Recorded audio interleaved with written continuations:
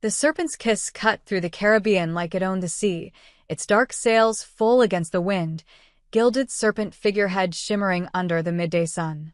Captain Harper Coldwell stood at the helm, one boot planted on the edge, the other firmly grounded on the deck she'd spent years claiming, bleeding, and building.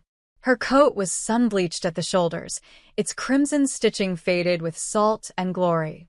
Around her, her crew moved with a purpose, her purpose. They followed her not because she commanded them, but because she'd earned every ounce of their loyalty in fire and blood. And yet, even with the waves licking hungrily at her ship's sides and the promise of a fortune locked inside the map she kept tucked within her coat, Harper couldn't shake the heavy weight in her chest. It wasn't doubt. Doubt was a luxury she had no time for. It was something else. A storm she couldn't name. That storm took human shape 3 days later in Nassau. She didn't stand out at first. Vivian Rourke, she called herself. Wide, curious eyes. Ink-stained fingers.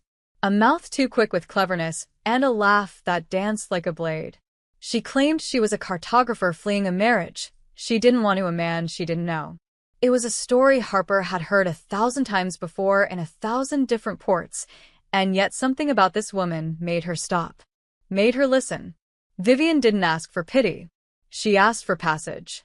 And Harper, despite herself, gave it.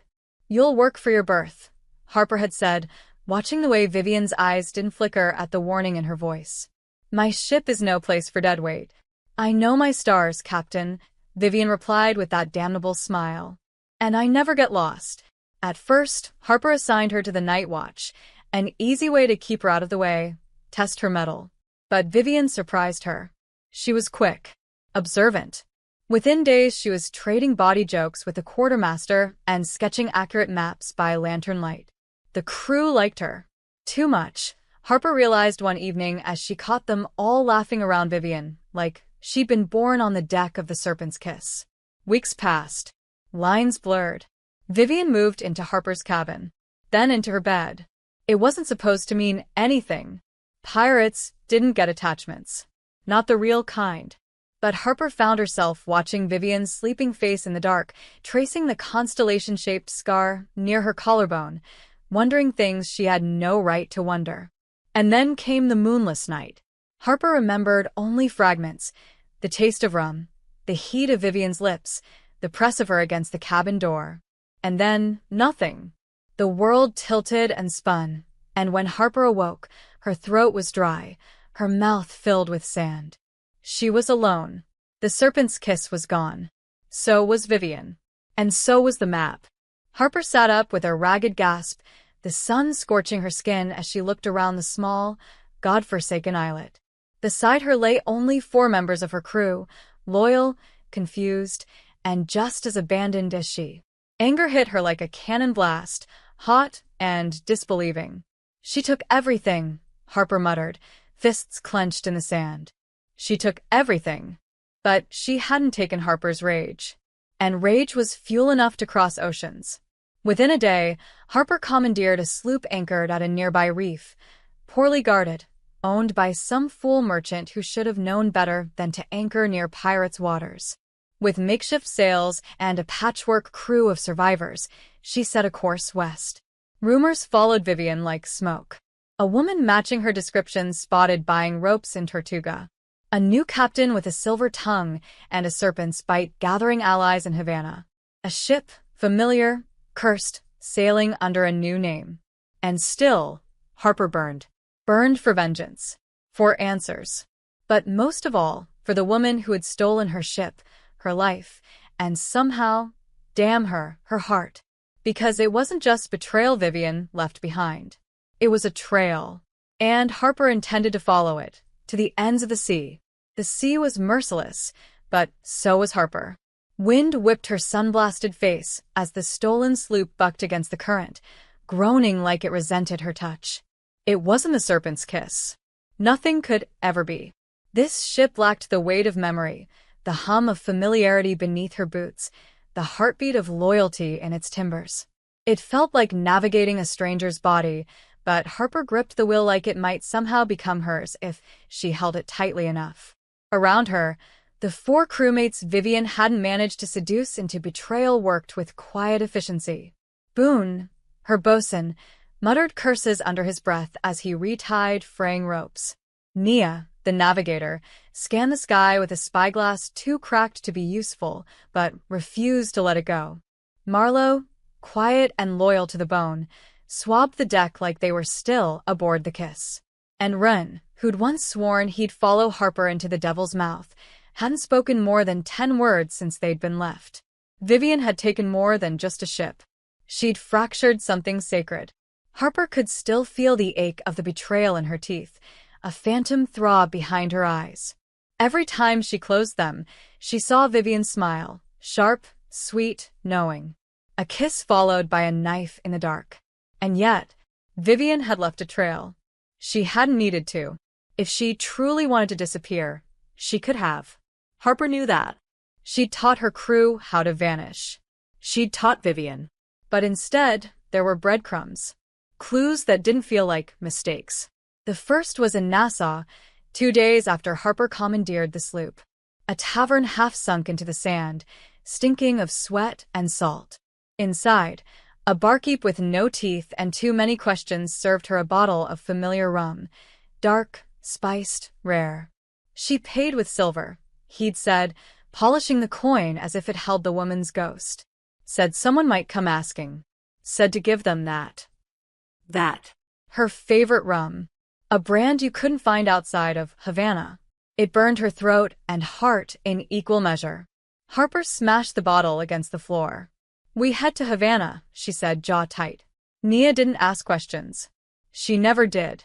Havana was a storm of its own. Spanish guards prowled the streets, muskets slung lazily, eyes sharp. But pirates moved through shadows here, trading rumors and stolen goods in candlelit rooms behind false walls. Harper found her second breadcrumb in a brothel near the docks. A girl with a mouth full of secrets handed her a brass compass. "She left this for you," the girl whispered, eyes gleaming. Inside the lid were 2 things, Harper's initials etched in looping script, and a map. Not the treasure map, no, that was still gone, but a map of routes, ones only Harper and Vivian had discussed. Hidden paths through reefs, currents only they knew, and scrawled in the corner in Vivian's tight, slanted handwriting. "You taught me these." "I remember." Harper wanted to crush it in her fist. Instead, she slipped it into her coat pocket, against her chest, where the other map used to live. Why? Why leave pieces behind? Why not vanish clean? The answer simmered in Harper's blood.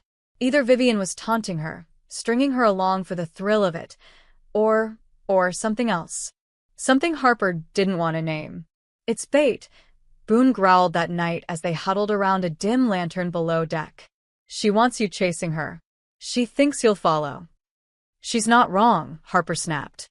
Boone didn't flinch. "And what if it's a trap? Then I'll spring it," Harper said, voice like flint. But even as she spoke, her chest tightened. Because if it was a trap, Vivian knew exactly how to build it. She knew all of Harper's weak spots. And if it wasn't a trap, if the woman who'd kissed her like she was drowning and Harper was air had left those clues for another reason, that was worse. That was dangerous. That meant Harper would have to start asking questions that hurt. Days turned to weeks.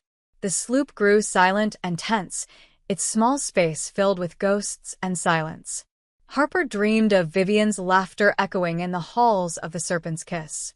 She dreamed of the way Vivian would trace the lines of her tattoos, whispering their meanings like they were sacred texts. She dreamed, and she woke furious. Then came word of a fortress, old Spanish ruins converted into a pirate stronghold, deep in the Lesser Antilles. A ship had been spotted there. Black sails. A silver serpent carved into the helm, its eye missing, a detail only Harper would know. And a woman with dark hair and a compass tattoo behind her ear, seen walking through the ruins like she owned them. Vivian. Harper stood at the bow of her stolen ship, wind tearing at her coat, staring into the horizon as if it might deliver her the woman herself. Boone approached quietly. "If she's there," he said, "what are you going to do?" Harper didn't look at him. "Take back what's mine." And if she tells you why?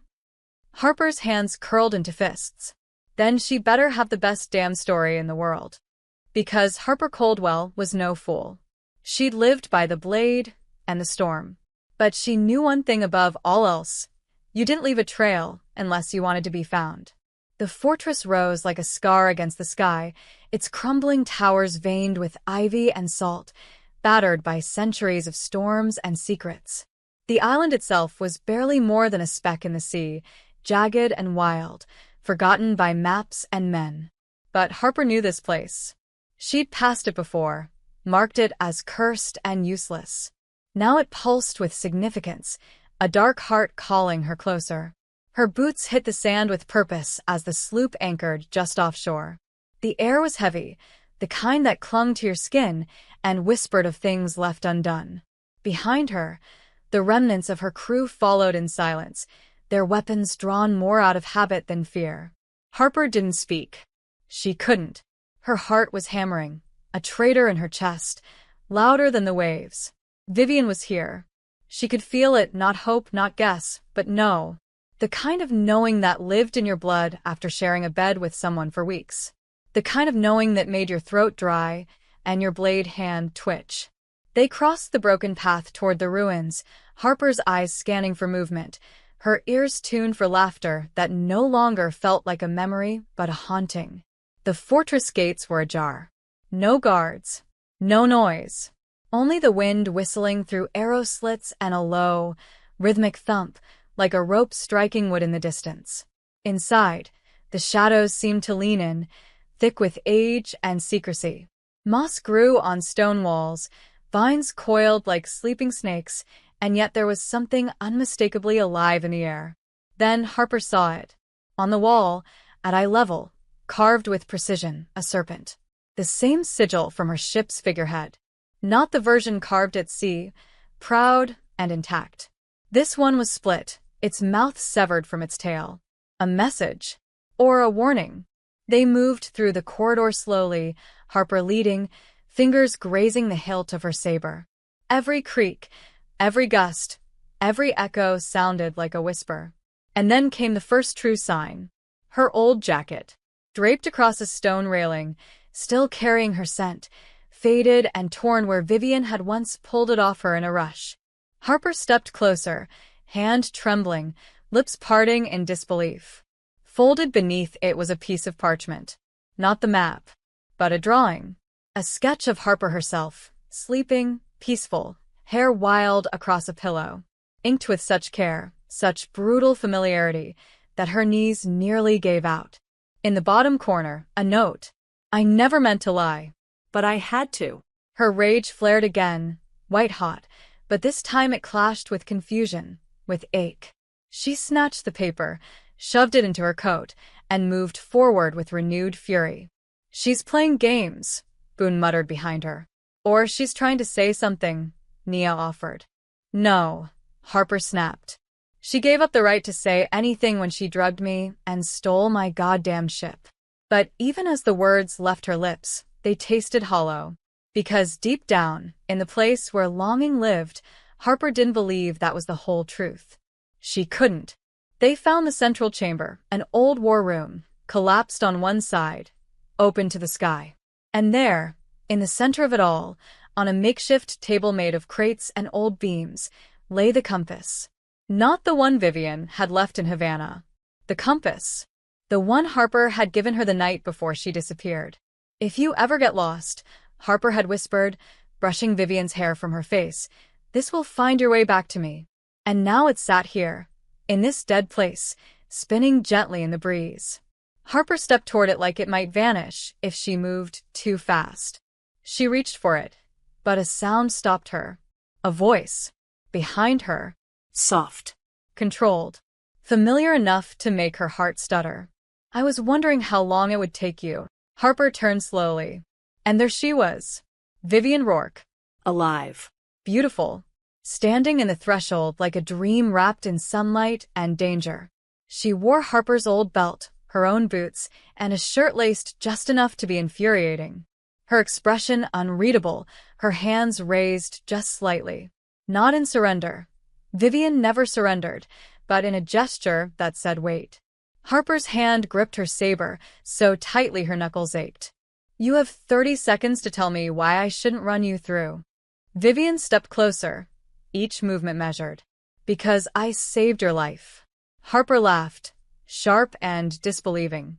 You drugged me. Stole my map, my ship, my crew. You think that qualifies as saving me? Yes. Vivian's eyes didn't flinch. Because the night I left, there was a bounty on your head. A real one. Signed by someone high in the British command. And a fleet en route to take you. Dead or alive. Mostly dead. Harper stared at her. The room spun. What? I didn't have time to explain, Vivian said softly. So, I did the only thing I could think of.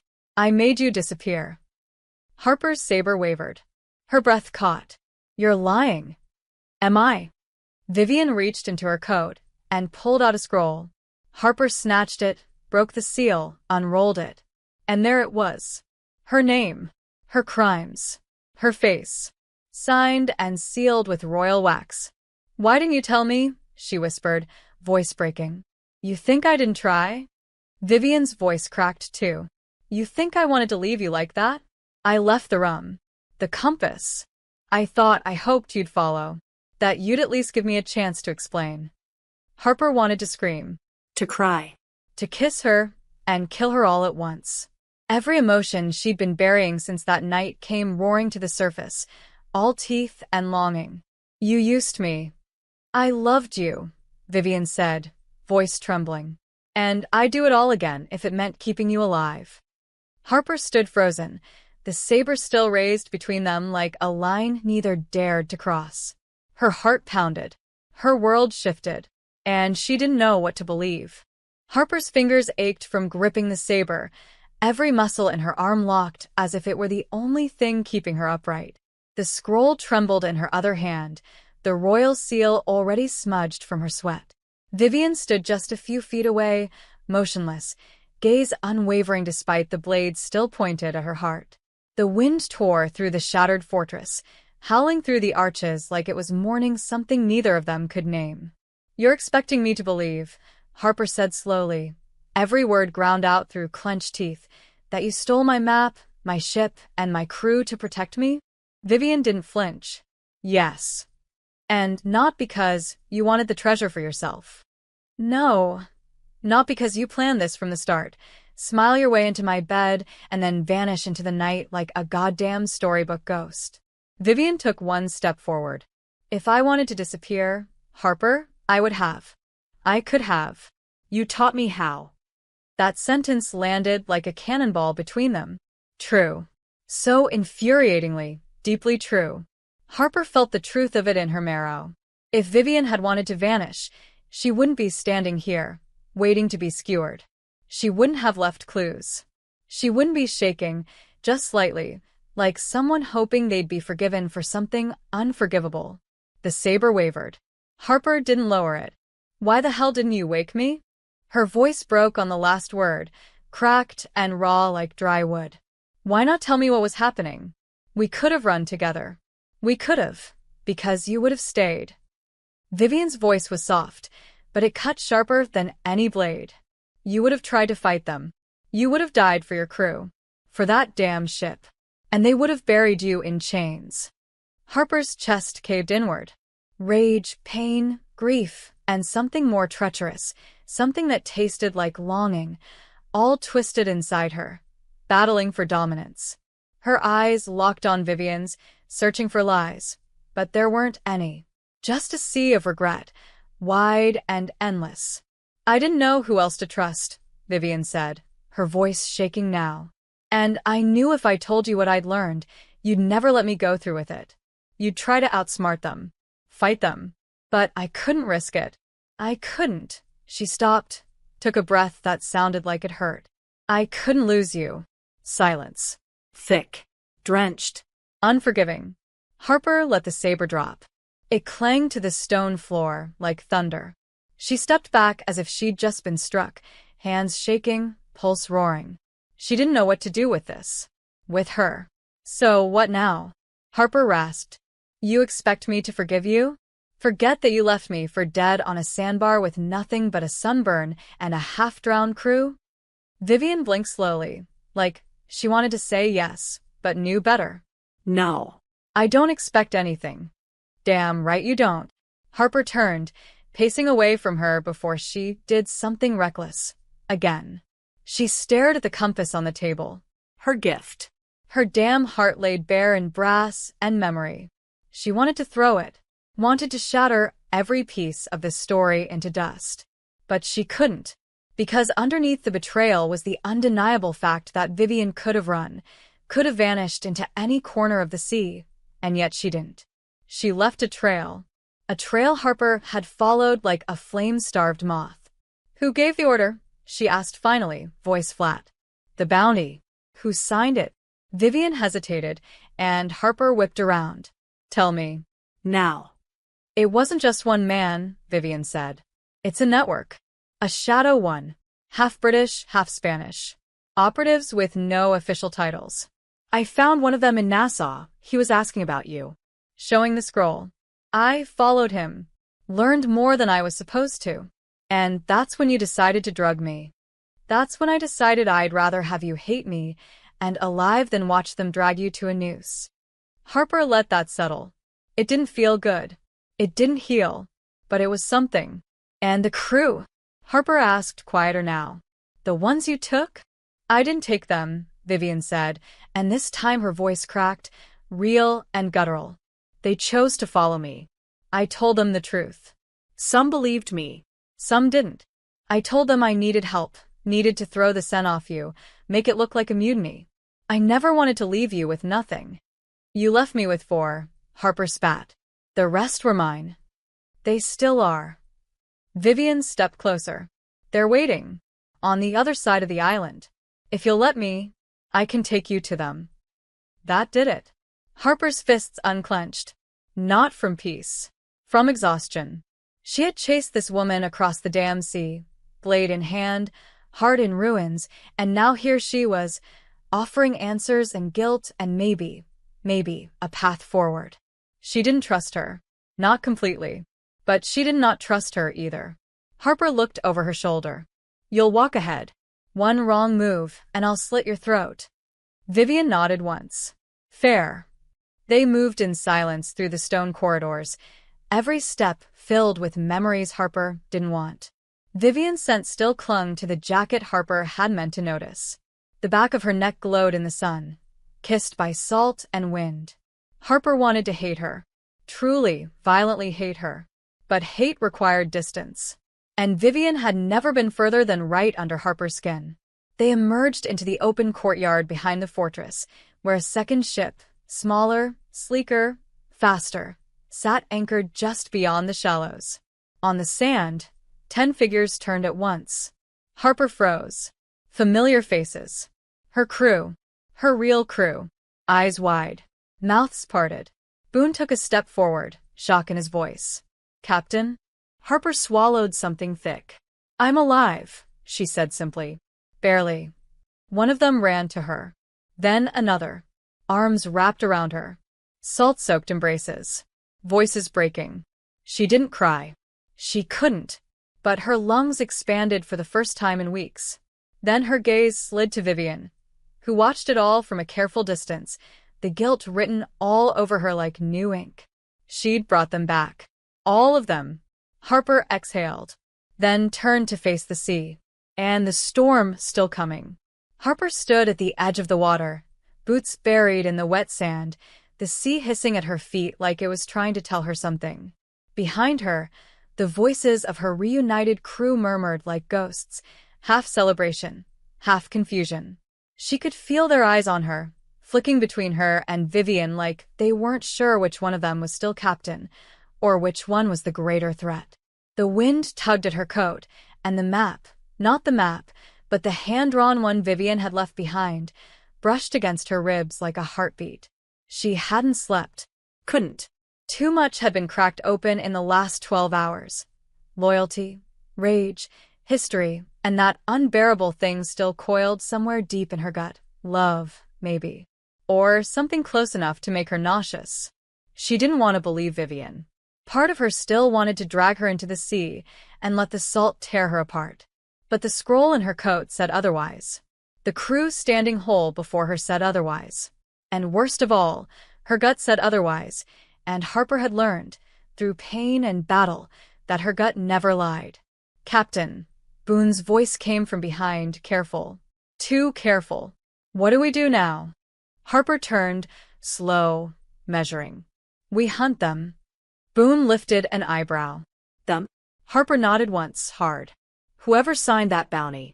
Whoever thought they could erase me like I was just another name on their list." Her voice sharpened with every word, slicing through the salt-heavy air. "They want me dead? Let's make 'em regret not finishing the job." A murmur rippled through the crew, half fear, half excitement. "But," Harper added, tone darker now, "we don't do it alone." That drew silence. Every gaze swung toward Vivian, who stood a dozen paces away, arms crossed over her chest, as if preparing to be cut again. Harper strode toward her, boots leaving deep tracks in the sand. She stopped a breath away, close enough to smell salt and ink on her skin. "You're coming with us." Vivian blinked, caught off guard. "I'm not done being angry," Harper growled. "Not even close. But you have answers I don't. And right now, I care more about vengeance than pride." Vivian's mouth twitched, almost a smile, but not quite. "Vengeance and pride aren't that different. On this ship, they are." Harper turned, facing the crew again. "You don't have to like her. Hell, I don't like her. But if we're going to make it out of this alive, we need her knowledge, her connections, her map." Her voice dropped low. "The one she stole from me." Vivian flinched at that but didn't deny it. Boone stepped forward, eyes wary. "So, we're working with her now? That's the new plan." "It's not a plan," Harper said coldly. "It's a necessity." And with that, she walked past them all, toward the ship anchored just offshore. The new one Vivian had taken. It wasn't the Serpent's Kiss, but it was close. Sleek, fast, rigged for long travel and deep seas. Harper's hands itched just looking at it. She called it the Starling. One of the crew said softly behind her. Harper froze. Her throat tightened. The name meant nothing to them. But, to her, Starling. A bird that always returned home. That mated for life. That sang at dusk and never lost its way. Vivian had chosen that name. Harper boarded without a word, but her heart pounded too loud to ignore. Once aboard, she explored in silence, footsteps echoing over clean decks and unfamiliar sails. But the more she walked, the more she saw fingerprints. Vivian's fingerprints. The same knots, the same rigging modifications they'd made together on the Serpent's Kiss. Charts written in that sharp, elegant hand. Notes scribbled in margins. And in the captain's quarters, a small locked box. The key hung from a nail. Harper opened it. Inside, a stack of letters. Dozens. All addressed to her. None sent. She stared for a long time, then left them untouched. Vivian entered a moment later, quiet as the tide. "I wasn't going to show you those. I figured if you read them, it'd be your choice." Harper didn't look at her. "You're full of surprises. You used to like that about me. I also used to think you wouldn't stab me in the back." Vivian said nothing. Smart girl. Harper turned. "So, tell me, what do you know?" Vivian took a slow breath. "The bounty was issued out of Kingston. Not officially, of course. There's a man there, Major Alton Graves. Royal Navy, outwardly. But he runs a black ledger for the Crown. Targets they can't prosecute publicly. Pirates, smugglers, former agents who know too much. I found your name in his ledger, Harper, along with 2 others from your old command." Harper's blood chilled. "You're saying this started before I even took the Serpent's Kiss?" "Yes." Vivian nodded. "He's been watching you for years, waiting for an excuse. That treasure map was it. He couldn't let you claim it. Not with everything you know." Harper swore under her breath. "Then we go to Kingston." Vivian blinked. "You're serious?" "You bet your life. You know it's a trap. I'm counting on it." Vivian stepped closer. Then let me help you walk into it properly. Their eyes locked. No apologies. Just war in their veins, and a thread of something more dangerous than revenge tying them together again. Harper looked away first. We sail before sunset. And as the sun dipped low, casting molten light across the water, the starling cut loose from the island. Harper stood at the helm again, with Vivian beside her. Not forgiven, not forgotten, but necessary. Behind them, the crew fell into rhythm, uncertain but loyal. Ahead, Kingston. Graves. The truth. And the storm Harper knew was coming. Kingston shimmered under the setting sun, all polished brass and blood-stained secrets. From the deck of the Starling, Harper stared at the harbor with eyes that had once seen it as a sanctuary and now only saw a battlefield. Tall ships bearing the Union Jack swayed in the current, cannons resting in silent menace. The British Navy was here in full color, red coats, gold trim, and lies thick as molasses.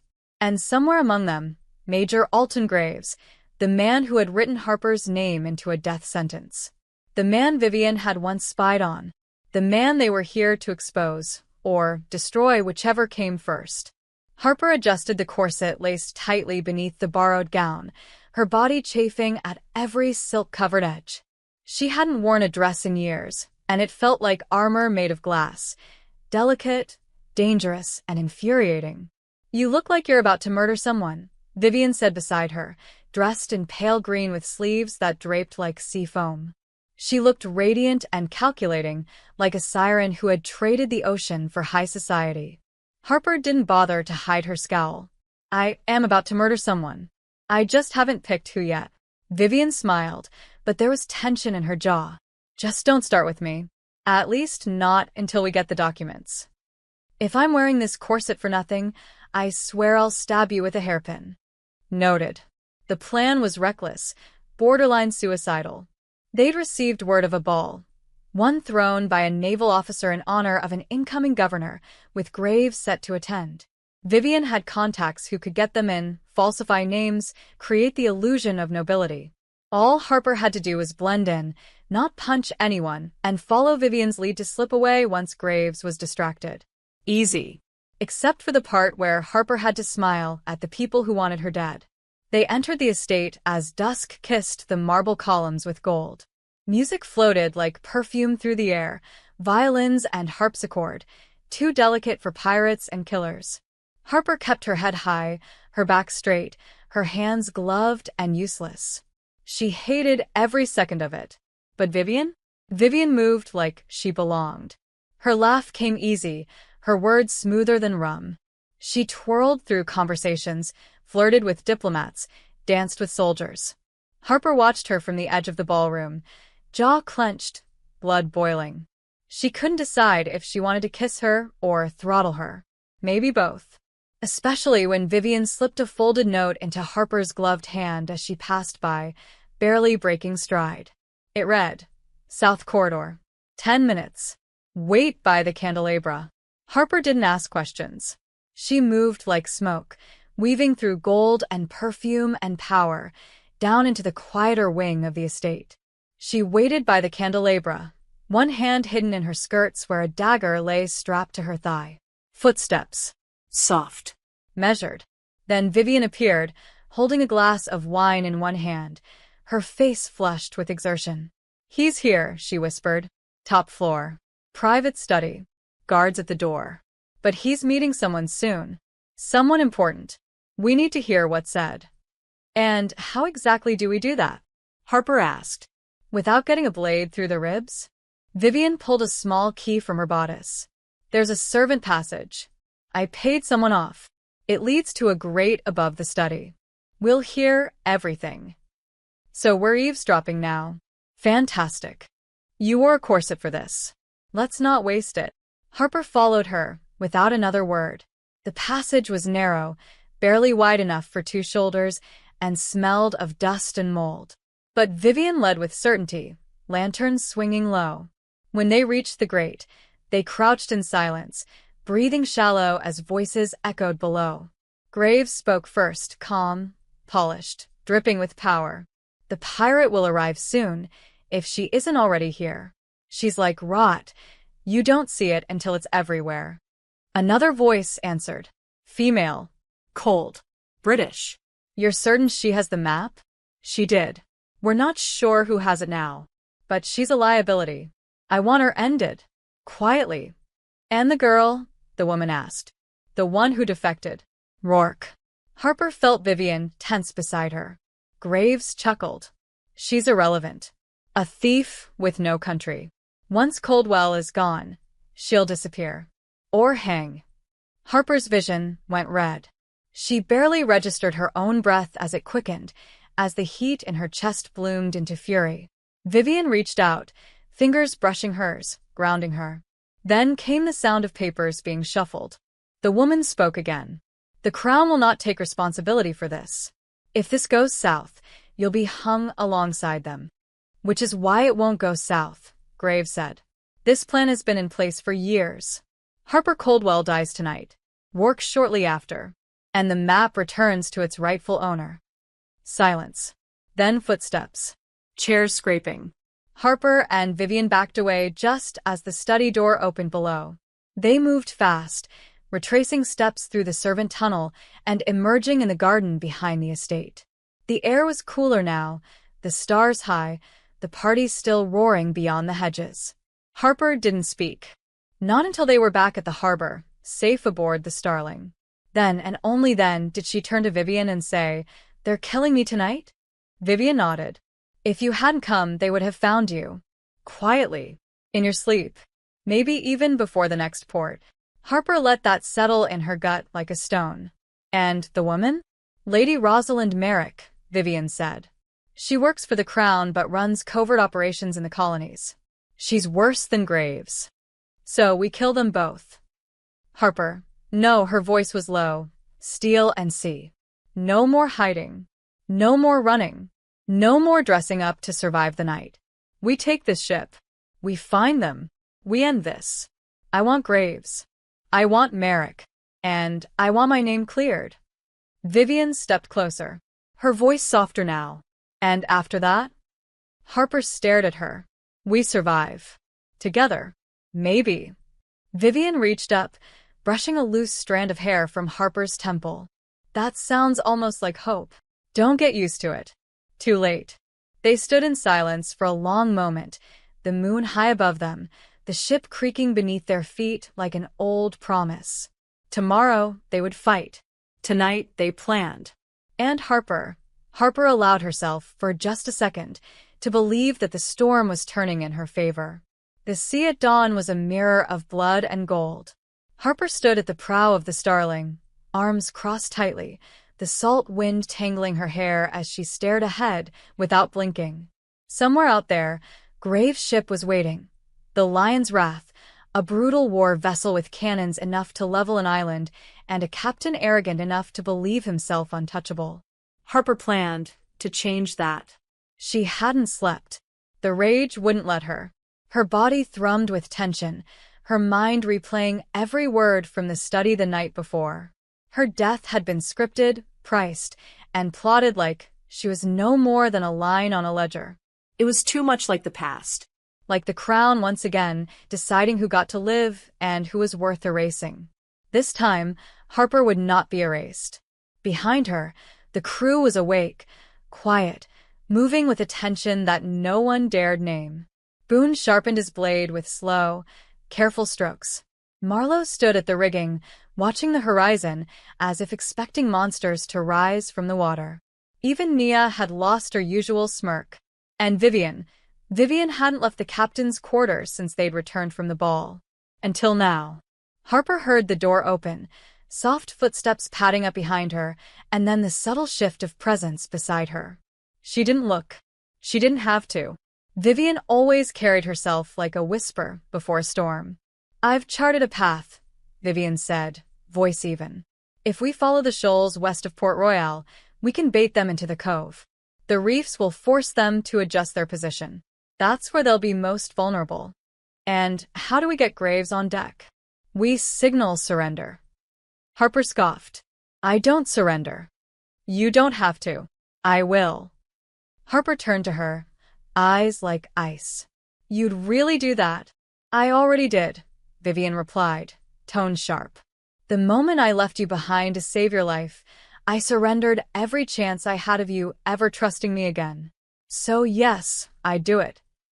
Harper stared at her for a long moment, then turned back to the sea. If this goes wrong, they won't hesitate to kill you. I know. Harper's jaw clenched.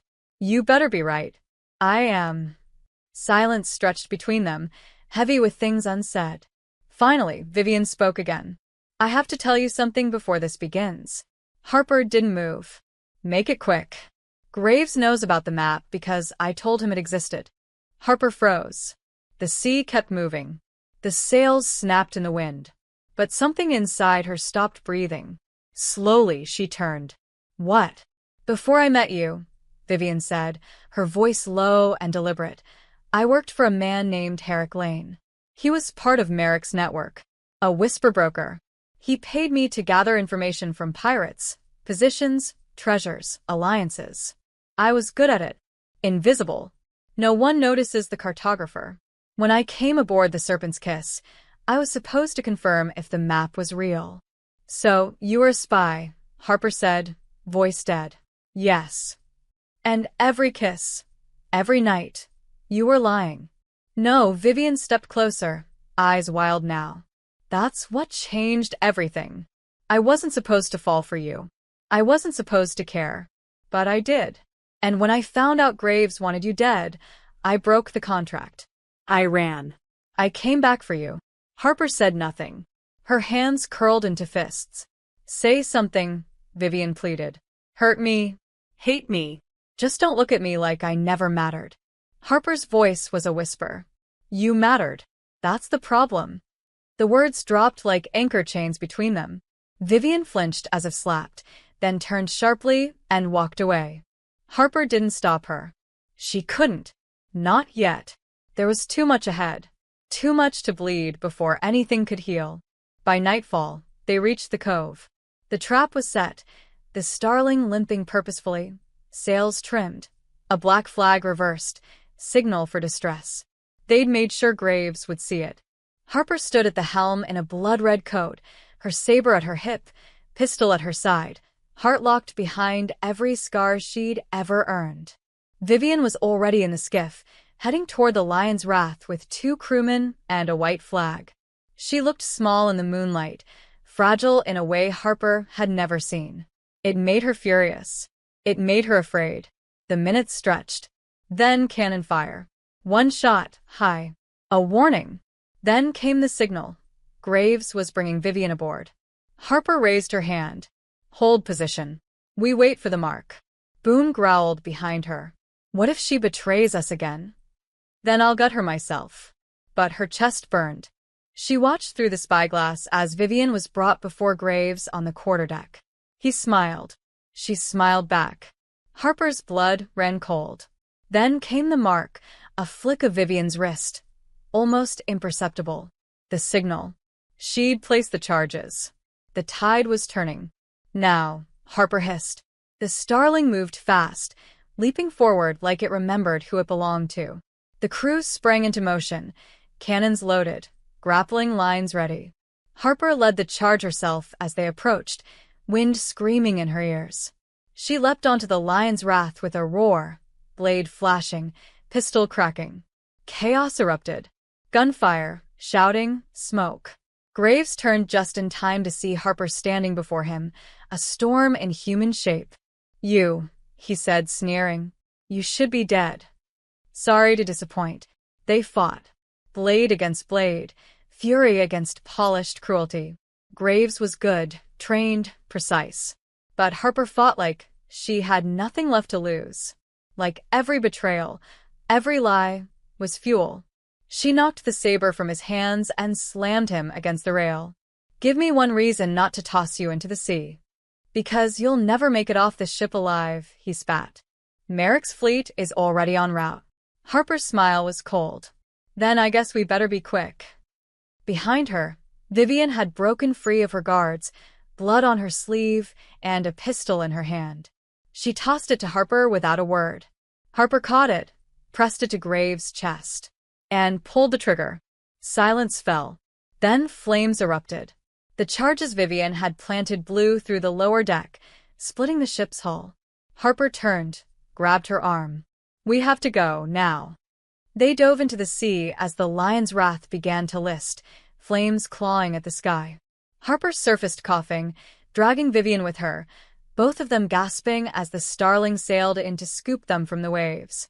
As the burning wreck of Graves' legacy sank behind them, Harper looked at Vivian, breathless, soaked, alive.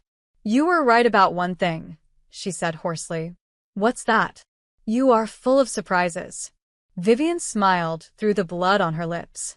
"Just wait." The horizon glowed a furious orange, not from the sun, but from the wreckage of the lion's wrath, now a dying skeleton swallowed by flame and sea. Harper stood at the stern of the Starling, soaked to the bone, her coat torn, her skin peppered with bruises and smoke. Her sword hung at her side, slick with blood and seawater. Graves was dead. The man who'd written her death into the hands of the British Crown had been reduced to ash and bone. And yet Harper didn't feel triumph. She felt the storm shifting. She felt the weight of what came next. Merrick, the real threat. The one who had power enough to erase Harper from history without ever touching her. And she was coming.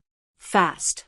2 days, Vivian said from behind her, her voice quiet, strained. Harper didn't turn to look at her. 2 days until what? Until Merrick's fleet reaches these waters. She'll have heard about Graves. She'll know we're still alive. Harper nodded once. Good. Good. That gives us 48 hours to prepare. Vivian stepped up beside her, her sleeve still blood-stained, a makeshift bandage tied around her thigh where a musket ball had grazed her. Her face was pale, her lips chapped, but her eyes were steady. "You're not scared," she said. "No," Harper replied. "Are you?" "Yes." Harper finally looked at her. There was no smugness in Vivian now. No quick tongue or smirking confidence. Just the woman who had betrayed her, saved her, bled for her, lied for her, and still stood by her side even when she had every reason to run. Harper hated her for that. And also, God help her, she didn't. "We can't outrun her," Harper said. "We have to fight. Here." "You'll need allies," Vivian said. "The crew alone isn't enough. Not against a fleet." "I know. Then let me help you find them." "Why?" Harper asked. "Why keep helping me? You already did your damage. You've got nothing left to prove." Vivian's mouth opened, then closed. She looked away, hands clenching. "Because you changed me," she said finally. "And I've never stopped being sorry." Harper laughed, but there was no humor in it. "You left me for dead. And I've been dying in pieces ever since." The words struck Harper harder than any blade. Silence fell between them like a curtain, thick and suffocating. Below deck, the crew moved, patched sails, cleaned blood, sharpened blades. They were preparing for war. And above them, their captain and the woman who had shattered her stood with the weight of everything unsaid pressing against their ribs. "There's an island east of here," Vivian said. "Isla Ciego. Neutral ground. Outlaws, mercenaries, former Navy men. If we get there by morning, I can make a deal. Buy us help." Harper hesitated. "You know people there?" "I know everyone," Vivian said, almost bitterly. "That was my job, remember?" Harper searched her face, her jaw tight. "One lie, Vivian. One step out of line. And I'll kill you myself." "Understood." They set course under moonlight, the Starling cutting through the waves like it had been waiting for purpose. The crew obeyed Harper without question, though their eyes flicked toward Vivian with unease. No one forgot betrayal. But they didn't stop her, either. That night, Harper couldn't sleep. She tried. She lay in her bunk, stared at the low ceiling, counted her own breaths like waves. But her mind raced, battle plans, risks, the feel of Graves' blood on her hands, the echo of Vivian's voice in the dark. "Because you changed me. Damn her." Harper rose before dawn, boots silent as she climbed to the deck. The wind was soft, the stars beginning to fade. And Vivian was already there, leaning against the railing, hair braided back, coat wrapped tight. She didn't turn. Couldn't sleep. Harper asked, "Could you?" No, Vivian's hands were clasped in front of her, knuckles white. "I keep thinking about that night. The night I drugged you." "Don't. I have to." Harper stayed quiet. Vivian looked down. "I stood at your door for 15 minutes before I did it. I paced. I cried. I almost didn't go through with it. But I thought if I told you the truth, you'd never let me go through with the plan." "And you die." "And I couldn't," she broke off. "I couldn't lose you." "You lost me anyway," Harper said. Vivian nodded. "I know." More silence. And then Harper stepped closer. Too close. The air between them was tight, sharp with unsaid things. "Why didn't you disappear, Vivian? Why leave clues? Why make me chase you?" Vivian looked up, eyes gleaming. "Because I wanted you to come." Harper's heart kicked like a gunshot in her chest. "You wanted me to kill you? I wanted you to understand. And I knew the only way you'd ever believe me was if you saw everything for yourself." Harper's hand moved before she could stop it, reaching up, brushing a strand of hair from Vivian's cheek. Her fingers lingered. She hated the way her breath hitched, hated how warm Vivian's skin still was beneath her touch. "I should hate you," she whispered.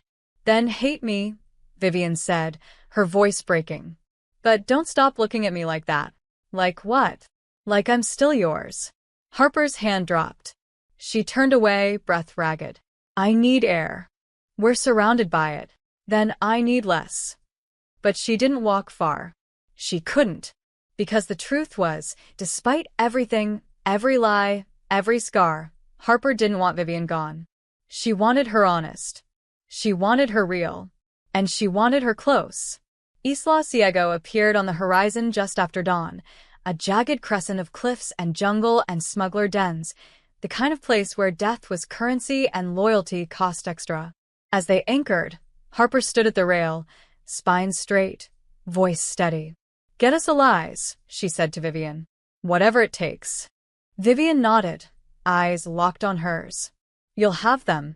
And then she was gone, disappearing into the chaos of the island, swallowed by noise and danger. Harper watched until she was just a silhouette in the mist. And even then, she didn't stop watching. Isla Ciego was a wound carved into the sea. All jagged cliffs, slanted docks, and buildings stitched together from the wreckage of ships long sunk and forgotten. Everything here smelled of smoke, sweat, and salt, and blood. Always blood. Harper stepped off the starling with her jaw set and hand on her saber, her crew close behind. Vivian had disappeared into the underworld of the island hours ago, promising reinforcements, connections, allies. But Isla Ciego was built on betrayal. And Harper wasn't in the mood to be lied to again. The crew was on edge. They moved like ghosts behind her, silent, watchful, uncertain. Trust was thin. Even with Graves dead, there were whispers in the wind. About Merrick's fleet. About the bounty still alive and well. And about Vivian. She had left them once. She could do it again. And Harper, despite herself, was beginning to feel that doubt like a splinter under skin. "You sure this is smart?" Boone muttered as they walked past a row of weather-worn taverns. "Sending her off alone?" "She knows these people," Harper replied. "They won't talk to me. Or maybe she knows how to disappear again." Harper stopped and turned to him. "If she wanted to run, she wouldn't have brought us here. Or maybe she's doing exactly what they trained her to do." That hit harder than she expected. Because Boone wasn't wrong. And Harper hated how much that truth echoed in her own bones. She didn't respond. Just kept walking. They reached the rendezvous point by sunset, a crumbling watchtower half buried by jungle. Vines twisted up the stone like veins, and moss crept over everything. Harper stood with arms crossed, waiting. And then, finally, Vivian appeared. She was breathless, dirty, her shirt ripped at the shoulder, but her eyes gleamed with something Harper hadn't seen in days. Triumph. "I have them," she said. 4 ships. 2 captains owe me favors. 1 wants revenge against Merrick. The 4th will have to pay." "With what?" Harper asked. "Your charm?" with the coordinates to a Spanish vault I borrowed. Stole. They weren't using it. Harper's mouth twitched. Almost a smile. They'll fight with us? They'll fight for themselves. But I made you part of their survival. That's all we need. Good, Harper said. Because we don't have time to babysit mercenaries. They're not the problem, Vivian said, lowering her voice. You are. Harper's eyes narrowed. Excuse me? Your crew is restless. Some of them, Boone included, don't want me here. They think you're compromised. I'm not. Then act like it, Vivian said, stepping closer. You need to own them, or someone else will. Harper opened her mouth to respond, then a scream tore through the trees. Gunfire followed. Close. Immediate. They turned as Nia came crashing through the underbrush, blood on her hands, eyes wide with horror. It's Marlowe, she gasped. He's dead. In the hold. Harper was already moving. She sprinted down the beach, through the docks, onto the Starling. Below deck was chaos. Crew members shouting, blades drawn, fear in their faces. Harper shoved past them and stopped cold. Marlowe lay on the floor, a dagger buried deep in his chest. Blood pooled beneath him, dark and thick. Boone stood nearby, his face pale, fists clenched. What happened? Harper demanded. He was guarding the map, Boone said. Last I saw, he was alive. Then I came down and found this. Harper turned to Nia. Who was near him? Only 3 people had keys to the hold, Nia said quietly. Marlowe, Boone, and Vivian. Silence fell like a dropped anchor. All eyes turned to her. Vivian stood at the top of the stairs, hands raised, eyes wide. I didn't kill him. Boone stepped forward. You expect us to believe that?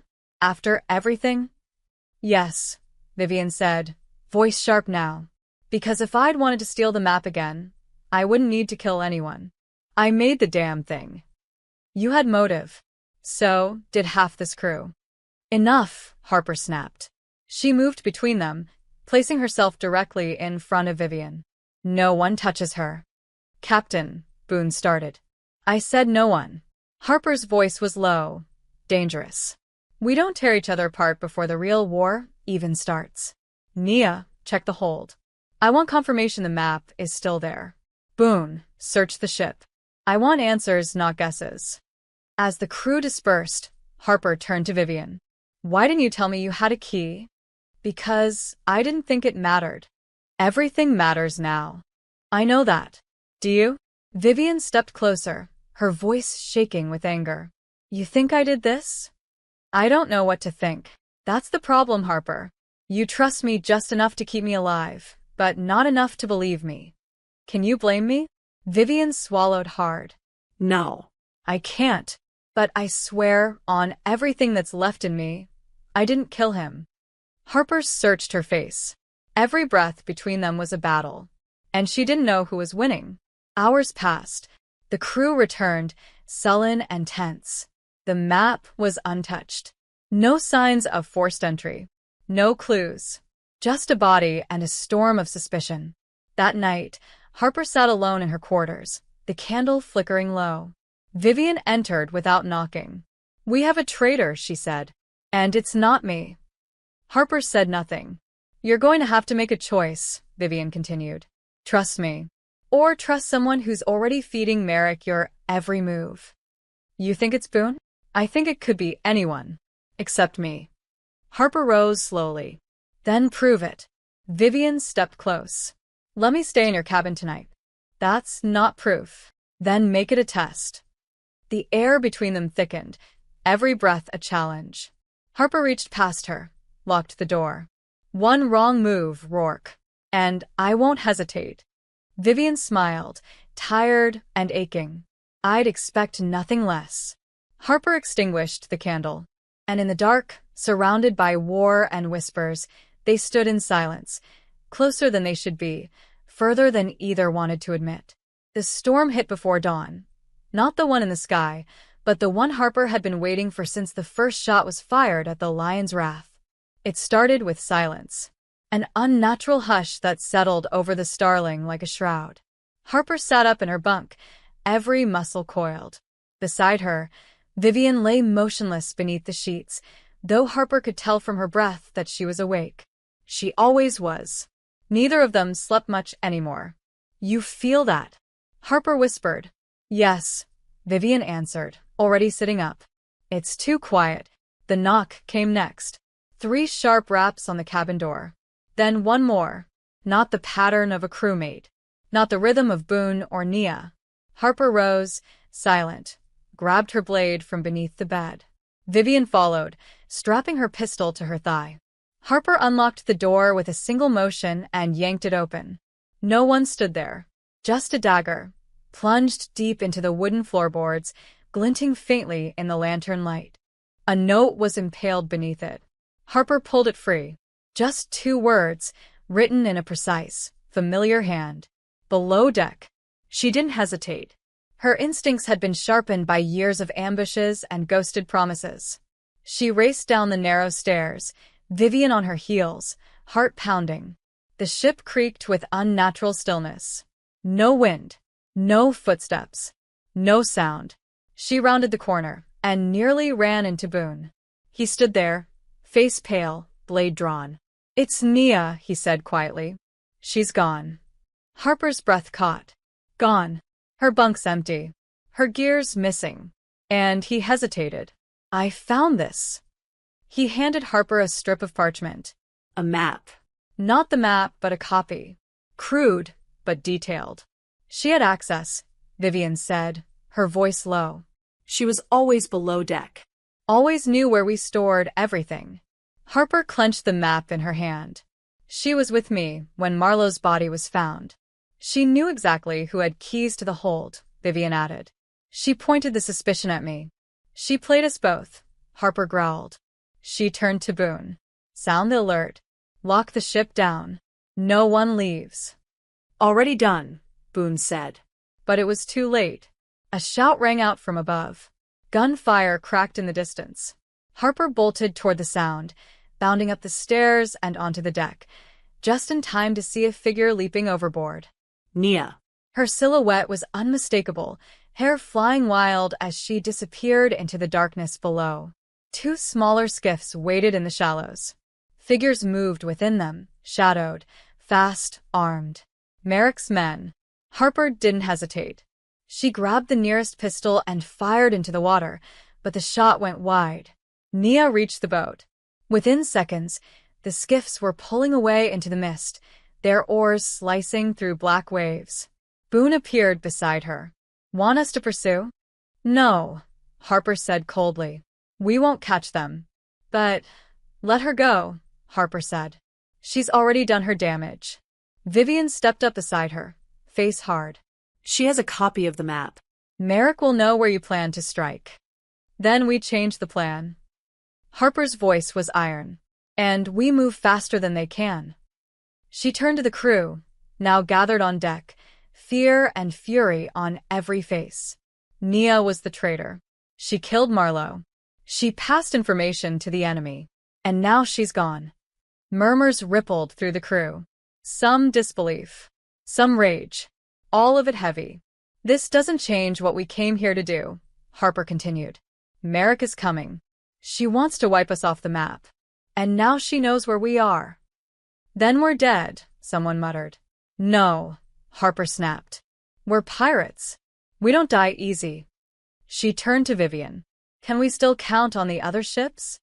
"3 of them," Vivian said. One pulled out after word of Graves' death spread. "Thought the risk was too high." "Coward," Boone growled. "Survivor," Harper corrected. "But it doesn't matter. We use what we have." She turned back to the crew. "Get this ship ready. We sail before dusk." As the crew dispersed, Vivian followed Harper into the captain's quarters. The tension between them was no longer cautious. It was volatile, combustible. Harper slammed the door shut and turned to her. "You were right. About Nia? About everything. We've been playing defense since Nassau. It's time to change that." Vivian nodded, then hesitated. "There's one more thing." Harper tensed. "Of course there is." Vivian reached into her coat and pulled out a sealed letter. "It's from Merrick." Harper took it slowly, broke the seal, Read. and felt her stomach drop. She's offering a truce? No, Vivian said quietly. She's offering me a deal. Harper's eyes lifted. She wants you back. If I turn you in, she'll spare me. She'll erase my record. Give me back my old life. And I'm standing here, aren't I? Harper stared at her for a long, silent moment. Then, why show me this? Because you said you didn't know what to think of me, Vivian said. So, I'm giving you the choice. Harper stepped closer. What if this is another play? Then you'll have to decide whether I'm worth gambling on. The space between them pulsed. Harper's voice dropped to a whisper. You're dangerous. So are you. You still make me want to believe. Then believe. Harper's breath hitched. I can't afford to. Vivian's voice cracked. Neither can I. But I do anyway. Harper didn't kiss her. Not yet. But her fingers brushed Vivian's wrist, lingered. We win this fight, she said, and maybe then we talk about believing. Vivian nodded. Deal. And in that small, quiet promise, something shifted. Not forgiveness. Not yet. But the start of something that might survive the storm. That night, Harper addressed the fleet. 3 ships anchored beside the Starling, each filled with cutthroats, ex-naval defectors, and men and women who had nothing to lose. She stood tall, her coat snapping in the wind, voice carrying over the waves. They came for us in the dark. They betrayed us from within. And now they're coming with warships and gold and the arrogance of kings. Let them come. Let them bleed. The fleet roared back. And Harper felt it. That pull in her chest. That spark. She wasn't just surviving anymore. She was leading. War was coming. And this time, she would not be hunted. She would hunt. At first light, the sea was still, unnaturally still, as if the ocean itself was holding its breath. Harper stood at the helm of the Starling, watching the dark smudge on the horizon grow larger with every minute. Merrick's fleet. 4 warships bearing the royal crest, their sails white as bone, their hulls thick with cannons and arrogance. Death, dressed in naval brass. Behind Harper, her makeshift fleet gathered in formation. 3 ships, rough around the edges, held together by grudges and stolen nails, manned by cutthroats and rebels who had every reason to fight. They were outgunned, outnumbered, and Harper had never felt more alive. Wind tore through her coat, tangling her hair. She barked orders, every word slicing the morning silence. Trim the sails. Load every cannon. If you see Merrick's colors, fire. If you see hesitation, fire harder. Her crew moved like a single body, no room for fear now. Vivian stood beside her, expression hard, eyes locked on the approaching armada. She hadn't left Harper's side since the night before, not out of fear, but conviction. She'd made her choice. Now she was willing to bleed for it. We'll have one shot at the flagship, Vivian said, voice low. After that, they'll swarm us. Then we make it count. Harper glanced sideways. You still want to face Merrick yourself? I earned that right. You think she'll let you close enough? Vivian smiled, humorless. She always liked to gloat. She'll bring me in. She'll want to see the disappointment up close. And what if she kills you on sight? Then you burn her ship without me. Harper didn't answer. Didn't have to. The ache in her chest said enough. She looked out across the water and saw the final line being drawn in foam and wind. Once we breach their flank, she said, I'll go for the command deck. You take the skiff. Slip into Merrick's ship from the blind side. I'll get her attention, Vivian said. You get the map back. Harper nodded. If we don't make it, we will. But if we don't, Harper said, eyes hard now, know that I never stopped being furious with you. And I never stopped hoping you'd forgive me anyway. A beat of silence. Then Harper leaned in, close enough to breathe the same air. Don't die on me, Vivian Rourke. Wouldn't dare. The Starling surged forward, its sails swelling like lungs preparing for a final breath. The other ships followed. The sea came alive, waves breaking, ropes snapping, shouts rising in the wind. Merrick's fleet had spotted them. The royal vessels adjusted formation, elegant and brutal, steel glinting along their gun decks. The first cannonball hit the water just short of the Starling's bow. The second struck the portside hull of the ship beside them, the Red Mercy, splintering wood, fire licking through the wound. Men screamed. The battle had begun. Harper didn't flinch. "Hold course," she shouted. "We cut through their line. Ram if you have to." Cannon fire erupted in every direction, smoke billowing, metal tearing through the air like screams. Harper dodged debris, shouting orders, gripping the wheel so hard her knuckles bled. The enemy flagship loomed ahead, the Valiant Crown, a beast of a ship with triple decks and Merrick's personal flag rippling at its mast. Harper's eyes locked on it like a wolf spotting its prey. "Now," she yelled. "Prepare the skiff." Vivian was already moving, grabbing the rope line, swinging down as the smaller boat hit the water. Two loyal crewmen rowed her toward the enemy's blind side, slipping through the smoke. Harper didn't watch her go. She couldn't. Not when her own blade was about to meet the throat of the Empire. The Starling slammed into the flank of the Valiant Crown with bone-shaking force. Grappling hooks flew. Pirates roared. Harper was the first over the rail, saber in hand, pistol in the other, landing on enemy deck like a thunderclap. Gunshots. Steel on steel. Blood. Fire. She carved through soldiers with lethal precision, every movement fueled by rage and memory. One shot. One chance. She needed to find the Admiral's chamber, where they kept records, plans, possibly the original bounty contract. Proof of her innocence. Evidence of the corruption. She kicked down a door and found herself face to face with a stunned officer. He reached for his pistol. Harper shot him through the chest. She rifled through the desk, papers flying. There. A sealed packet marked Coldwell. She grabbed it, tucked it into her coat, and froze. A scream split the air. Vivian's scream. Harper bolted back onto the deck. Across the chaos, she saw her, Vivian, held at sword point by Merrick herself. The woman was taller than Harper remembered. Dark uniform, metals gleaming, her face carved from marble and cruelty. "How poetic," Merrick said, her voice booming. "You came crawling back after all, Miss Rourke. I suppose even traitors need a home." "Let her go," Harper growled, stepping forward. Merrick smiled. "You must be the infamous Coldwell." She pressed the blade tighter to Vivian's throat. "Tell me, do you bleed like the rest of them?" Harper raised her pistol. "Drop it, or you'll shoot me?" Merrick sneered. "Through your little lover? I never miss." A beat. The ship rocked from another cannon blast. Merrick's moment of distraction was all Vivian needed.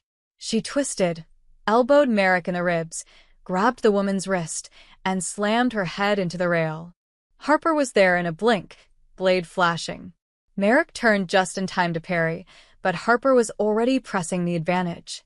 "You put a price on my life," she hissed, striking again. "You tried to erase me. You're nothing but a pirate," Merrick spat. "You're a mistake the Crown is correcting. Then I'll show you how mistakes fight." Their blades clashed, danced, tore through air and flesh. Merrick was trained, but Harper was furious. Harper was free, and fury would always win. With a final scream, Harper knocked the blade from Merrick's hands and drove her saber through the woman's gut. Merrick's eyes widened. She collapsed. Dead. Vivian sagged to her knees, breathing hard. Blood dripped from her arm. Harper dropped beside her. "You all right?" "You came." "Of course I came. I wasn't sure if." Harper cupped her face fierce. "You're the reason I got this far. Don't ever doubt that again." The sky burned above them. Around them, Merrick's fleet faltered. One ship was already retreating. The others would fall. Harper stood, helped Vivian to her feet. "We're not done yet." "No," Vivian whispered, "but we're close." And in that moment, surrounded by fire and fury, and the end of everything they'd feared, Harper realized something terrifying and true. She wasn't chasing vengeance anymore. She was fighting for the future. Their future. The sea was choked with smoke and silence. Ash fell like rain as Merrick's flagship, the Valiant Crown, listed to its side, its colors burning in the wind. Around it, the remnants of the British fleet scattered, some ships drifting, others fleeing under torn sails, their captains too stunned or too frightened to continue the fight. Harper stood on the blood-slicked deck with her saber still dripping, chest heaving, Vivian by her side. The moment Merrick's body hit the planks, the tide had shifted. One of the enemy ships had dropped anchor and raised a white flag. The other turned tail and vanished into the gray horizon. Victory had a sound, quiet, guttural, disbelieving. The kind of silence that came after surviving something that should have killed you.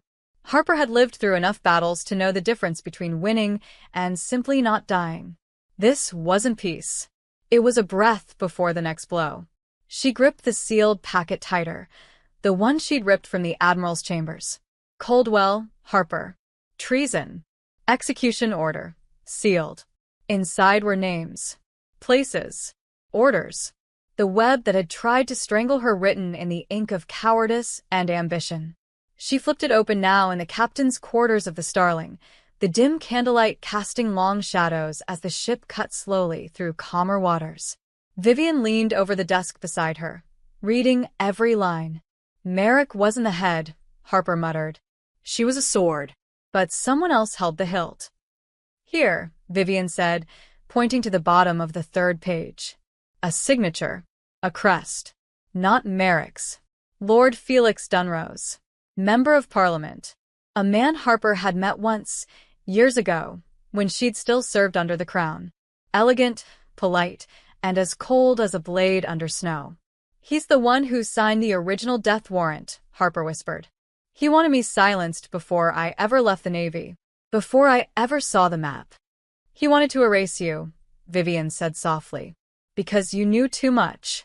Because you survived too long. Harper leaned back in her chair, exhaling hard. It doesn't matter. We won. He's miles away, probably in some estate with golden teacups and bloodless hands. So, I'm not chasing ghosts across the ocean again. I'm done. Vivian tilted her head. Are you? Harper's jaw clenched. What does it matter? I have the proof. I can disappear. Start over. I don't need revenge. No, Vivian said. But you need to stop running from the part of you that still wants it. Harper stared at her for a long time, then stood, walked to the cabin window. Outside, the sea stretched endless and open. She could taste freedom, but it was bitter. If I go after Dunrose, she said, I won't come back. Then let me come with you. Harper turned. Vivian, if I hand these documents to the right people, I can clear my name. The map will still buy us land. A life. We could vanish. Disappear together. No more blood. Vivian's expression didn't change. Or, we finish what they started. We expose everything. We burn them from the inside out. And die trying? If we don't, someone else will. Silence swelled. Heavy. Alive. Harper's pulse thundered. I've spent my whole life surviving people like him. Then maybe it's time you stop surviving and start destroying. A knock interrupted them. Boone. His voice low. Captain. We have company. Harper and Vivian were on deck seconds later. A single vessel approached from the southeast. Fast. Sleek. Civilian sails. Not flagged. It closed the distance within minutes, and Harper recognized it, the Morning Belle. A courier ship for Parliament. She narrowed her eyes as a man boarded the Starling with an escort of 2 and a self-important gait that made her fingers itch for her blade. Captain Coldwell, the man greeted, polite, precise, oily. My name is Everett Hale. I represent the Office of Imperial Reconciliation.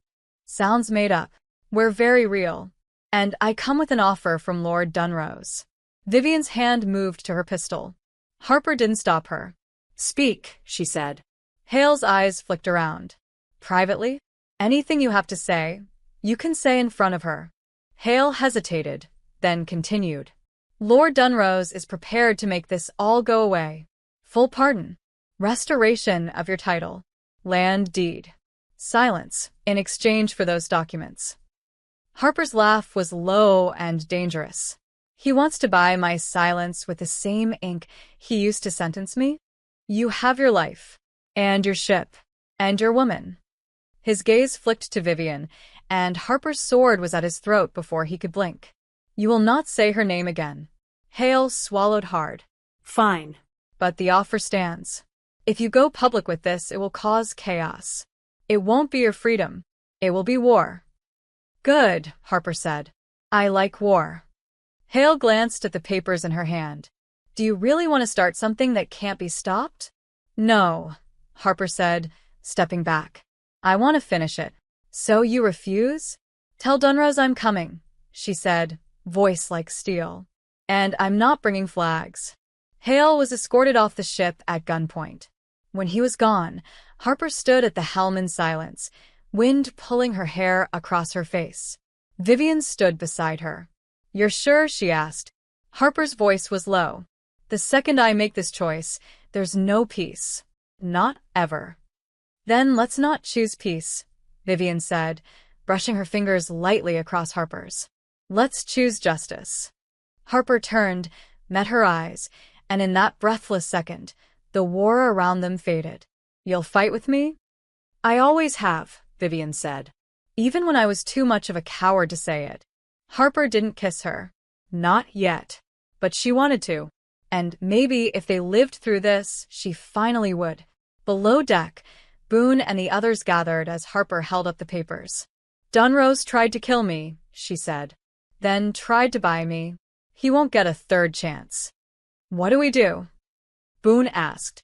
Harper looked around the room, her crew bloodied and worn, but standing. With her. We set a course for London. London didn't smell like salt or blood. It smelled of rot hidden beneath lavender, of power polished until it gleamed too brightly to question. Harper stood at the edge of the docks cloaked in fog and anonymity, watching as early morning light stretched pale fingers across the Thames. She'd never felt so far from the sea. Behind her, the Starling was hidden deep upriver, disguised beneath tattered merchant sails. Vivian stood beside her, dressed in the elegant clothes of a merchant widow, black silk, tightly bound hair, rings on every finger, shadows in her eyes. We don't belong here, Harper muttered. Vivian smiled faintly. And yet here we are, ready to turn this place inside out. Harper grunted. I'd rather turn it into ash. One thing at a time, Captain. They moved through the city like ghosts, each step toward Westminster a defiance. London was swollen with wealth and secrets, its carriages gliding past like predators in velvet. No one saw them. No one looked at the pirate captain and her traitor cartographer. That was the danger of power. It never imagined it could be toppled from the gutters. Boone had stayed with the ship, preparing for the escape they'd undoubtedly need. Harper and Vivian carried only what mattered, the sealed documents naming Lord Felix Dunrose as the architect of the covert executions, the forged pardon offer, the bounty order signed in royal ink. Proof. Evidence. Enough to hang a man if the rope was honest. Which, in this city, it never was. He's expecting us, Vivian said as they reached the Parliament Gardens. How do you know? Because we're still alive. Harper arched a brow. That's supposed to be comforting? No. It's supposed to mean we move fast. A contact was waiting for them near the statues. Lady Genevieve Fairfax, widow to a disgraced admiral and former sympathizer to pirates turned political outlaws. She was draped in dark furs despite the spring sun, her lips painted blood red, her smile thin. So it's true, she said. You're real. Only when we're inconvenient, Harper replied. Fairfax gestured toward the iron gates of Parliament. Dunrose is inside. He has no idea how close the fire is. Let's make sure he feels it. They moved quickly, Fairfax slipping them past guards, through marbled corridors and silk-draped rooms filled with men who thought they owned the world. Vivian walked like she had been born to haunt halls like this. Harper walked like she intended to burn them down. The room where Dunrose waited was quiet, opulent. Heavy drapes, high ceilings, a table full of untouched wine and carefully placed maps. He sat behind the desk, hands folded, the picture of unbothered civility. He didn't rise when they entered, just smiled, cold and knowing. "Captain Coldwell," he said. "Miss Rourke, you've made quite a mess." Harper stepped forward, dropping the sealed documents on his desk like a blade. "And I brought the match." Dunrose didn't even glance at the papers. "What do you want?" "A trial," Harper said. "Public. Names. Consequences." "You'll get none of those. I have proof." "You have stories," he replied calmly, "and forged paper, and hearsay from a disgraced spy and a woman who slaughtered her own fleet." "They mutinied," Harper snarled. "They failed." "That's not the same." "No," Dunrose said, rising. "It isn't. You see, justice isn't about truth in this city. It's about narrative. And the story they'll believe is that a pirate and her whore came to London seeking chaos." Harper's fist curled. Vivian's breath hitched, but not in fear. In fury. "You think we don't matter?" she asked. "I think you're already dead," Dunrose said. "You just haven't realized it yet." The door opened behind them. Guards. 6 of them. Armed. Silent. Harper reached for her blade, but stopped when Vivian touched her wrist. "Not here," she whispered. "Not yet." Dunrose stepped around the desk, standing close enough for Harper to see the satisfaction in his eyes. "You don't understand, do you? I own these halls. I write the history. You're a footnote. Then we'll rewrite it. You won't live long enough." "We don't need to," Vivian said, smiling with her teeth. "Just long enough to make it bleed." With a flick of her hand, she dropped a small cylinder from her coat, smoke powder. It hit the floor and exploded in a burst of white. Confusion erupted. Shouts. Coughs. Harper grabbed Vivian's hand and ran. Through the corridor, down the back hall, into the alley where Fairfax's carriage waited. They dove inside, slamming the doors shut as it sped off into the city. "How long until they catch up?" Harper asked. "Not long," Vivian said, "but long enough." "We need a stage," Harper growled. "Somewhere public. Somewhere they can't silence us." "I know just the place." Vivian's eyes were fire. "The House of Records. Tomorrow night. The council will be there. Press. Nobles. Dunrose can't touch us in front of them. And after? Then we run." Harper looked at her. "Together?" Vivian didn't hesitate. "Always." The next day passed like a blade drawn slowly across skin. Preparations made. Allies warned. Guards bribed. And when night came, the House of Records shone like a beacon. Harper stood at the top of the marble steps, papers in hand, coat billowing in the wind. Her boots clicked on stone as she entered, every noble eye turning to her with disdain and curiosity. Dunrose sat near the front, Composed. but his fingers twitched. Harper didn't wait. She stepped into the center, raised her voice, and began to speak. The story poured out like thunder. The map, the betrayal, the bounty, Merrick's execution orders, the ships that burned, the blood that spilled. She named names, held up signed orders, showed the official seal. Gasps echoed. Panic spread. Dunrose rose, shouting, calling it all lies. But then Vivian stepped forward, holding the original bounty contract, bearing his signature. And Lady Fairfax herself confirmed its origin.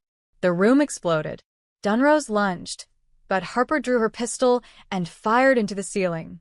"If you touch her, I'll make you a martyr in the papers tomorrow." Guards swarmed in, not for Harper, but for Dunrose. Someone whispered treason. Someone else yelled trial. The tide turned. Again. Later, as they fled through the alleys of London, Vivian laughed breathlessly beside her. "We did it. For now. You still think we can't be free? I think we already are." They boarded the Starling before dawn. The crew waited. The sails were ready. Harper stood at the helm. Vivian leaned against her. And this time, Harper did kiss her. Deep. Certain. Real. "Where to, Captain?" Vivian asked against her lips. "Anywhere the Empire isn't." "That's a very short list." Then we'll make it longer. The sails caught wind. The ship turned. And behind them, London shrank, powerless, bleeding, and already forgetting the names of the women who had brought it to its knees. The wind was different beyond the shores of England. Wilder, less polished. As if the sky itself sighed in relief the moment the Starling crossed into open waters. Harper stood at the bow, watching as the coastline shrank behind them, its cliffs and castles swallowed by mist. London was gone, but not forgotten. Not yet. Vivian leaned against the rail beside her, eyes closed, face turned into the sea breeze. She looked lighter now. Not unburdened. No. They both still carried the weight of everything they'd done, but lighter. Like she'd stopped waiting for a noose around her neck. "We made it," she said softly. Harper didn't answer at first. Just stared at the horizon like it might vanish if she blinked. "You think it's over?" "No," Vivian opened her eyes. "But I think we finally get to decide what comes next." Harper exhaled through her nose. "That's the part that terrifies me. Not knowing. Not having something to fight." Vivian smiled. "Then maybe it's time we stop fighting and start living." Below deck, the crew had begun singing.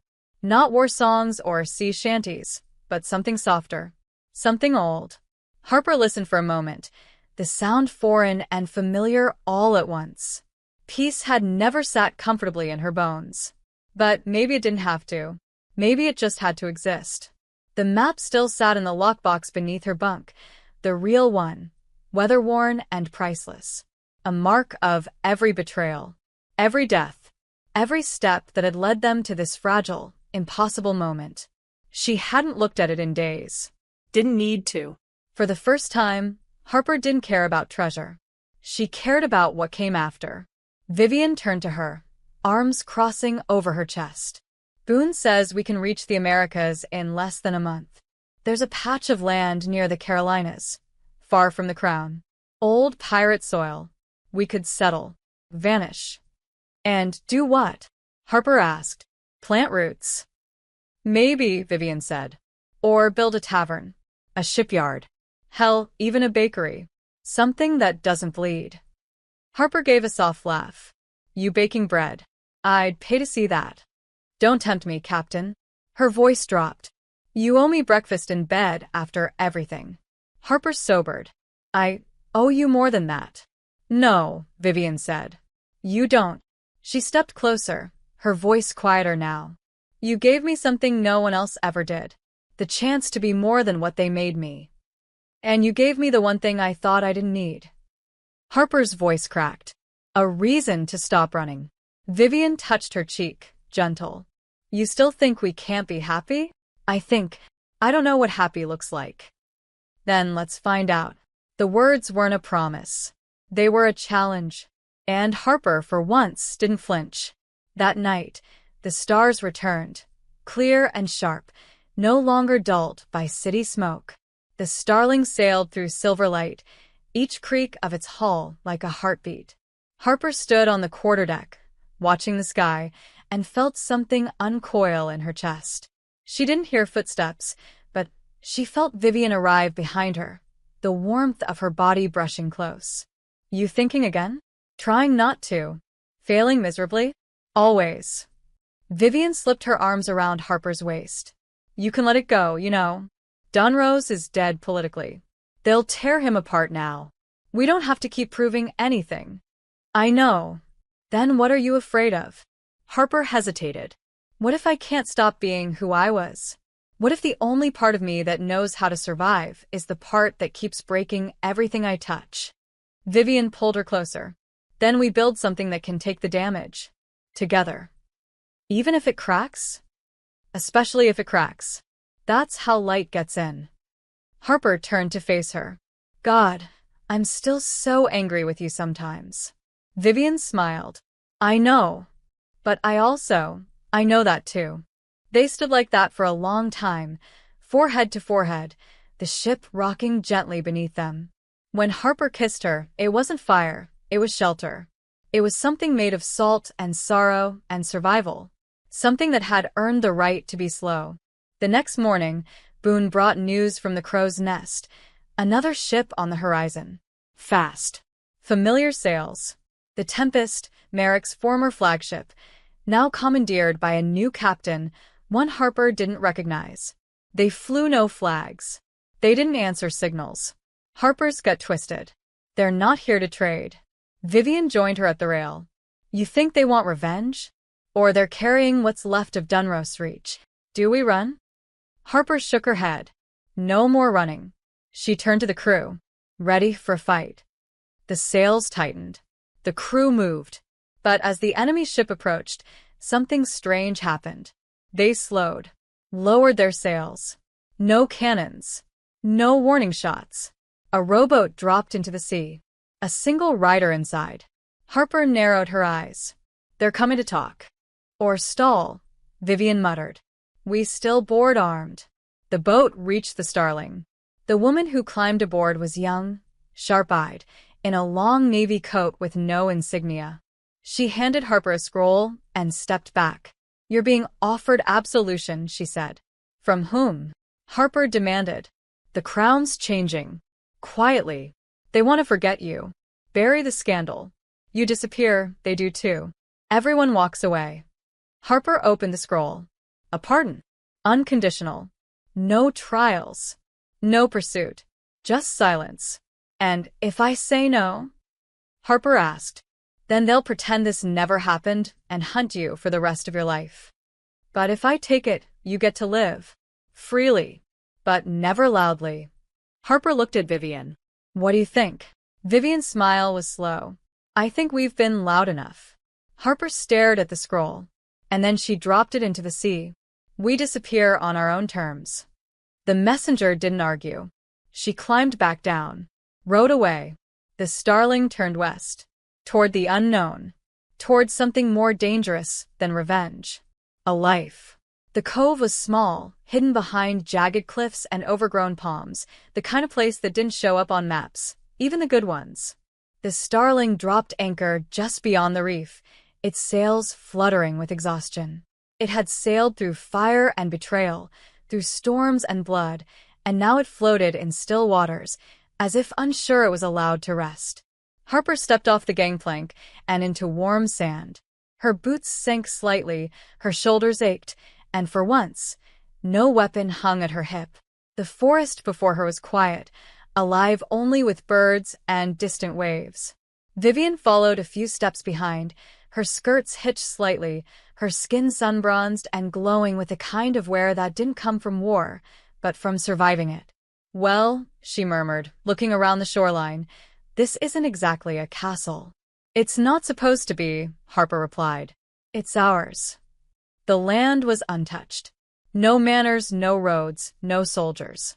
Just soil and promise. Harper had chosen it carefully, with a map drawn by memory and instinct rather than treasure. It was far from everything that had tried to kill them. Far enough that their names would fade. Far enough that they could start over, not as fugitives or fighters, but as women. The crew helped unload the supplies, tools, crates of rum, a trunk full of silver bars taken from Merrick's ruined fleet. Boone supervised while grumbling about mosquitoes. Nia, once a ghost in Harper's heart, had never returned. No trace, no sign. Sometimes, Harper still checked the horizon out of habit. But not out of fear. Not anymore. That evening, as the sky bled orange and gold, a fire crackled at the center of the beach. The crew sang softly, laughter weaving through the crackling driftwood. Vivian stood with Harper at the edge of the forest, their shoulders brushing, hands not quite touching. So, Vivian said, her voice low, are we settlers now? Don't say it like that, Harper said with a smirk. We're still criminals. We just picked a prettier prison. You think we'll get bored? Probably. You think we'll stop looking over our shoulders? Harper paused. Maybe. Vivian turned to her. Do you regret it? Not taking the pardon. Not running further. No, Harper's answer was quiet. Certain. They tried to write my ending for me. I stole it back. We stole it, Vivian corrected. Don't go rewriting your own myth already. Harper looked at her then. Really looked. The woman who had once lied to her. Betrayed her. Broken her. and also saved her. Again and again. Vivian had been fire and smoke and storm, and now she was something else. A steady flame in the dark. "I never thought we'd survive this," Harper said. "Neither did I," Vivian whispered. "But I hoped." Harper brushed a strand of hair from her cheek. "You still have it, don't you?" Vivian's lips twitched. "The compass? Of course I do." She reached into her coat, pulled out the old brass thing. Harper's initials still scratched into the inside lid. She opened it. The needle spun for a moment and pointed directly at Harper. Vivian smiled. "Still broken." Harper took it from her gently, closed it, and pressed it into Vivian's palm. "No." "It's finally right." They didn't kiss in front of the fire. They didn't need to. They lay in the sand later, long after the others had fallen asleep under stars that hadn't judged them. Harper curled against Vivian's back, her arm draped over her waist. She could feel her heartbeat beneath her fingers. Steady. "Alive." "What if they find us?" Vivian whispered. "Then we fight again," Harper said. "And if we don't win, then we make them bleed trying." "You sound tired of bleeding." "I am." A pause. "But I'm not tired of this." Vivian turned to her arms, their noses brushing. "You're allowed to rest now, you know. Only if you're there when I wake up." "I will be." Morning came slow, the sea gentle. Harper rose first, walked the perimeter of their camp, feeling the weight of silence that wasn't loneliness. For once, no one was chasing her. No bounty hung over her head. She was not a weapon, not a warning, not a myth. She was a woman, with dirt under her nails and someone waiting in her bedroll. She returned to find Vivian still dozing, the sun creeping across her cheek. Harper knelt beside her, watching the rise and fall of her breath. "What?" Vivian murmured. "Am I snoring?" "Only a little," Harper teased. "You planning on sleeping all day?" "Only until I dream of you again." Harper rolled her eyes. "That's terrible. You love it." "Unfortunately, I do." Vivian opened one eye. "You're smiling." "I'm trying not to." "Don't," she said. "You've earned it." And maybe that was the final truth. They had earned it. All the war, all the fire, all the loss, it hadn't broken them. It had forged something between them. Something that could last. Harper lay beside her again, the two of them facing the